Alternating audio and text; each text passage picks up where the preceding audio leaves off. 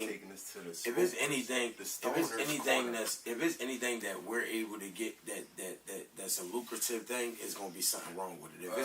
If it's an industry that is a lot of money in, it's something wrong. It's gonna be something wrong with that industry. It's never gonna be. It's no straight ride, no industry that flies straight. That's a multi-million-dollar, billion-dollar type industry in America. They don't fly straight.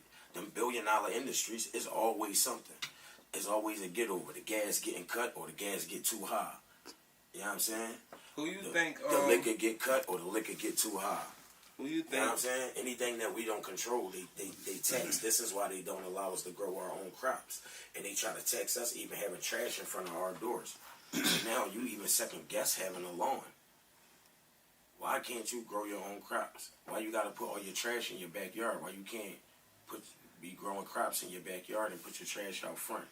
You see what I'm saying? Yeah. It's like so many different things that they're doing, that they're passing, that they're making laws, that we overlook it as just a little law, but these things be controlling all of the ways that we live life. And these little things be bothering us and ticking us off throughout our days. So over the years, we are way more agitated than people that was than a 30-year-old in the 70s.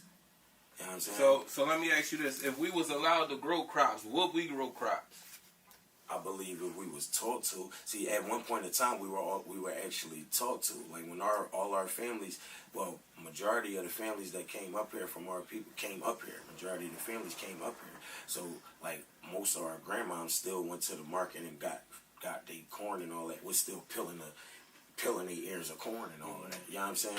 So everybody was still cooking from scratch. This new era just started making boil in a bag rice and macaroni and cheese out the box and all of that. That's new era. You know what I'm saying? So I believe that if more people start buying the box shit, supply and demand, they produce more of it. Right. So now when if they gonna own the industry, they gonna make it for cheaper, and we are dependent based upon their production. Then they put us in a chokehold. Now they own our stomachs. Once they control what we eat, they got us. See, it's amazing that we know this type of information and still don't change it. Like we still remain. Like we gonna have this conversation 5 years from now. I mean, that's why I stopped. But that was why I stopped eating McDonald's and fast food. I started with stop eating fast food. Then I started with slowing. This Coca-Cola. Go. I took enough drugs in my life. I know the coke in there. It come down like all this is dope though, cause it come down to what I already had written down. The first thing was responsibility, and I wanted to know like where did the burden of responsibility lie? Like where does this shit begin? It's cliche to say your family. The burden of responsibility lies individually. The burden of responsibility lies individually because we all have a different individual thing that we're good at. You may be good at teaching one thing. He may be good at teaching one thing. He may be good at teaching one thing, and me also.